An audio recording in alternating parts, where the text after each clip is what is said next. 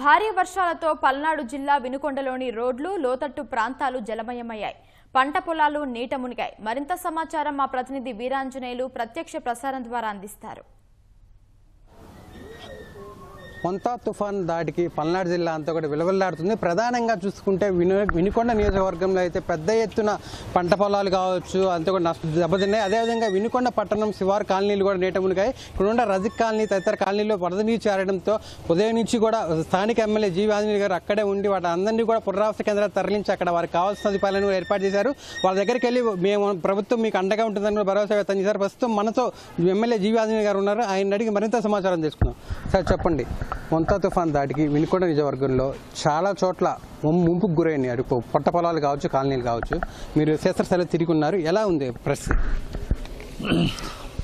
ముందుగా సీఎం గారి ఆదేశాల మేరకు అధికారులందరూ అప్రమత్తమయ్యి అటు రైతుల్ని ప్రజల్ని చైతన్యం చేశారు కాబట్టి చాలా వరకు నష్టం నివారించగలిగాం.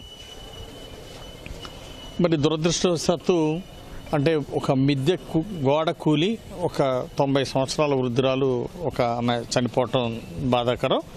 అట్లాగే ఇళ్లలోకి కొన్ని లో లెవెల్ ఏరియాల్లో గుడిసెల్లోకి ఇళ్లలోకి నీళ్లు రావటం, వాళ్ళందరూ కూడా వినుకొండ టౌన్లో నిర్మలా స్కూల్లో పునరావాసం ఏర్పాటు చేసి సుమారు వినుకొండ టౌన్లోనే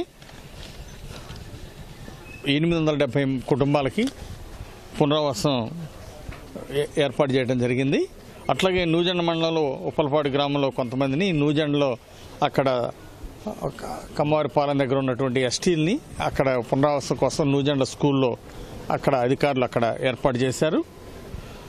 అలాగే ముక్కెలపాడు ఒక 25 మంది, ఊడిజర్లలో ఈపూరు మండలం ఒక 15 మంది, ఇట్లా కొచ్చర్లో ఒక 7, పిచ్చుకలపాలెం 8 మంది. ఇట్లా ఎక్కడ ఇబ్బంది కలిగినా ఎస్సీలు ఎస్టీలకి ఎక్కడ ఇబ్బంది కలిగినా వెంటనే వాళ్ళ పునరావాస కేంద్రంలో చేర్చి వాళ్ళకి భోజనాలు అన్ని సదుపాయాలు కూడా ఏర్పాటు జరిగింది.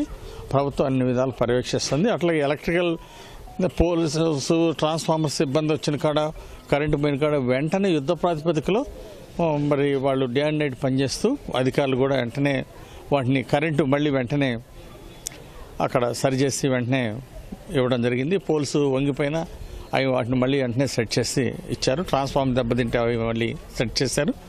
ఈ విధంగా అధికారులు ఎక్కడికక్కడ అప్రమత్తంగా ఇచ్చేశారు. వాగు మంచినీటి చెరువు, సింగర చెరువు నిండి దాన్ని పొర్లిపోతూ ఉంటే ఎక్కడ కట్ట తెగిపోతుందని చెప్పేసి అక్కడ అధికారులందరూ కూడా అక్కడ తగిన జాగ్రత్తలు తీసుకొని అంటే వేరే సైడ్ కొంత వాటర్ డైవర్ట్ చేసి వాటిని బయటికి పంపుతూ ఉన్నారు. అట్లా చెరువు కట్ట తెగకుండా, మంచినీళ్ళ చెరువు కట్ట తెగకుండా అన్ని విధాల అధికారులు, మున్సిపల్ కమిషనర్ అధికారులందరూ కూడా అక్కడ జాగ్రత్తలు తీసుకొని పర్యవేక్షిస్తున్నారు. మేమందరం కూడా వెళ్ళి చూసి రావటం, అక్కడ ఇన్స్ట్రక్షన్స్ ఇవ్వడం జరిగింది. సార్ చెప్పండి, ఈ గుండ్లకమ్మ వాగు ఉధృతి బాగా ఎక్కువగా ఉంది. అటు నూజెండ్ల మండలం కావచ్చు, ఇటు వినుకొండ గ్రామీణ మండలం కావచ్చు, పెద్ద ఎత్తున ప్రభావం అయ్యే అవకాశం ఉంది.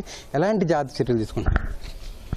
సో అక్కడ వాగుకు దగ్గరలో ఉన్నటువంటి ఇళ్ళు ఏవైతే ముంపు గురే ప్రాంతం ఉన్న ఇళ్ళన్నీ కూడా వాళ్ళని సురక్షిత ప్రాంతాలకి తరలించడం జరిగింది. పునరావాస కేంద్రాలకు తరలించడం జరిగింది. ఒక్క ప్రాణ నష్టం కూడా జరగకుండా అక్కడ అన్ని కూడా చర్యలు తీసుకోవడం జరిగింది. గుండ్లకమ్మ వాగు చాలా ఉధృతంగా గత 20 ఏళ్లలో ఇంత ఉధృతి ఎప్పుడు కూడా చూడలేదు. అంత పెద్ద ఎత్తున గుండ్లకమ్మ ఉధృతిగా వస్తూ ఉంది. దానివల్ల ఎక్కడ కూడా నష్టం లేకుండా అన్ని గ్రామాల్లో గుండ్లకమ్మ ఒడ్డు ఉన్నటువంటి గ్రామాలన్నింటిలో కూడా తగిన చర్యలు తీసుకోవడం జరిగింది. చూడ ఎక్కడ కూడా ప్రాణ నష్టం జరిగేటువంటి అవకాశం లేదు. సార్, నియోజకవర్గం వ్యాప్తంగా చూసుకుంటే బాగా భారీ వర్షం పడింది. రాత్రి నుంచి ఎదురుగాలు ఉన్నాయి. అంటే రోడ్లు అధ్వానంగా కానీ దెబ్బతింటం జరిగిందా? వాటిని ఎలాంటి చర్యలు తీసుకున్నారు? ఇప్పుడు రోడ్లు చాలా చోట దెబ్బతిన్నాయి. ఆ మొలకలూరు పువ్వాడ మధ్య అయితే రోడ్డు కంప్లీట్గా కోసేసి మొత్తం ఆ వాగు ఒడ్డున్నటువంటి రోడ్డు మొత్తం తార్ రోడ్డు, బీటీ రోడ్డు మొత్తం తెగిపోయి మొత్తం ఇదే రాకపోకలన్నీ కూడా ఆగిపోయినాయి. సో వీటన్నింటిని కూడా వెంటనే సీఎం గారి దృష్టి తీసుకెళ్లి యుద్ధ ప్రాతిపదికలో మళ్ళీ రాకపోకలకి ఇబ్బంది లేకుండా చేస్తాం. ప్రధానంగా చూసుకుంటే గ్రామీణ నేపథ్యం ఎక్కువగా, రైతులు ఎక్కువ మన దగ్గర వ్యవసాయం మీద ఆధారపడ్డ వాళ్ళు ఎక్కువ ఉన్నారు కాబట్టి ఈ వర్షానికి ఎలాంటి పంట నష్టం ఉందని అంచనా వేస్తున్నారు? ఇప్పుడు కొన్ని చోట్ల వరి పడిపోయింది, అంటే కొన్ని చోట్ల కంది, మొక్కజొన్న దెబ్బతింది, కొన్ని చోట్ల పొగాకు దెబ్బతింది. సో మిర్చి పంట కొన్ని చోట్ల నీరు ఎక్కువ నిలబడిపోయి మొత్తం నీళ్ళల్లో మునిగిపోయింది మిర్చి తోట.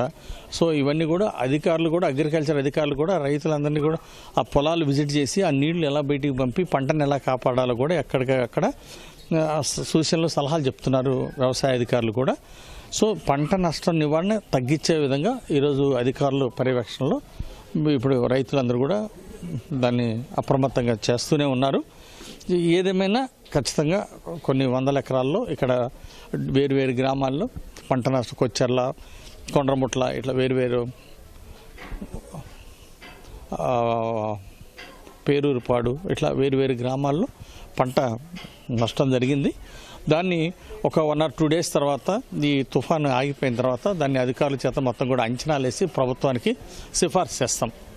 చూసుకుంటే పల్నాడు జిల్లాలో కూడా ప్రధానంగా ఎక్కువ వినుకొండ నియోజకవర్గమే ఈ తుఫానికి ప్రభావితమైంది. ఇప్పుడు మొత్తంగా ఎన్ని పునరావాస కేంద్రాలు, ఎంతమందికి మనము వాళ్ళకి సహాయ చర్యలు కావచ్చు లేకపోతే కనీస అవసరాలు కానీ అందుబాటులో ఉంచుతున్నాం? మొత్తం 7 చోట్ల 5 మండలాలు కలిపి 7 చోట్ల వినుకొండ టౌను మరియు ఇతర మండలాలు మన నియోజకవర్గంలో 7 చోట్ల పునరావాస కేంద్రాలు ఏర్పాటు చేసి అక్కడ భోజనాలు వాళ్ళకి ఏర్పాటు చేయటము, వాళ్ళ నివాసాలు ఉండేదానికి ఏర్పాటు చేస్తాం. అలాగే శివశక్తి ఫౌండేషన్ ద్వారా వాళ్ళకి బ్లాంకెట్స్, బట్టలు, ఎందుకంటే ఆ బట్టలు ఇవన్నీ కూడా మునిగిపోయి కొట్టకపోయినాయి.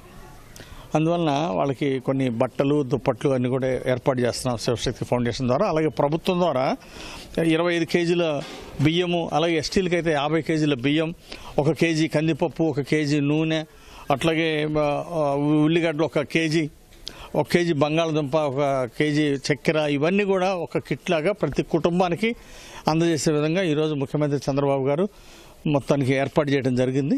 ఇది రాష్ట్ర వ్యాప్తంగా.